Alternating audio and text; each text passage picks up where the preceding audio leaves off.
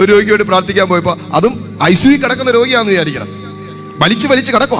വീട്ടുകാരൊക്കെ പറഞ്ഞിട്ട് പ്രാർത്ഥിക്കാൻ പോകുന്ന സമയത്ത് പുള്ളിക്ക് ഇടയ്ക്കിടയ്ക്ക് സംസാരിക്കാൻ പറ്റുള്ളൂ. മൂക്കിലൊക്കെ ഈ സാധനമൊക്കെ വെച്ചോ ശ്വാസം കിട്ടാനായിട്ട്. ഇതിനിടയ്ക്ക് പറയുന്നത് ഇവള് കൊടുക്കുന്നില്ല, ഒരു ചെറിയ പെഗ് കിട്ടുമെന്ന് കൊണ്ടുവന്ന് വായിൽ ഇച്ചിരി ഒഴിച്ചു തരാനായിട്ട് ചാകാൻ കിടക്കുക. അപ്പോൾ പുള്ളിയുടെ തലയ്ക്കകത്ത് പോയിക്കൊണ്ടിരിക്കുന്ന കാര്യമാണ്. ചാകാൻ കിടക്കുമ്പോഴും തലയ്ക്കകത്ത് ലൗകിക ചിന്തകൾ വരണമെങ്കിൽ എത്രമാത്രം ലൗകിക വ്യഗ്രതയിലാണ് ഒരാത്മാവ് കടന്നു പോകുന്നത്.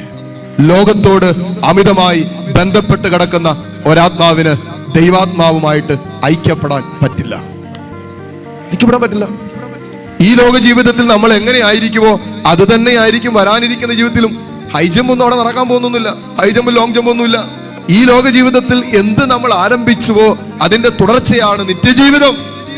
ഈ ലോക ജീവിതത്തിൽ ആരംഭിച്ചതാണ് വരുന്ന ജീവിതത്തിൽ നമ്മൾ തുടരുന്നത്.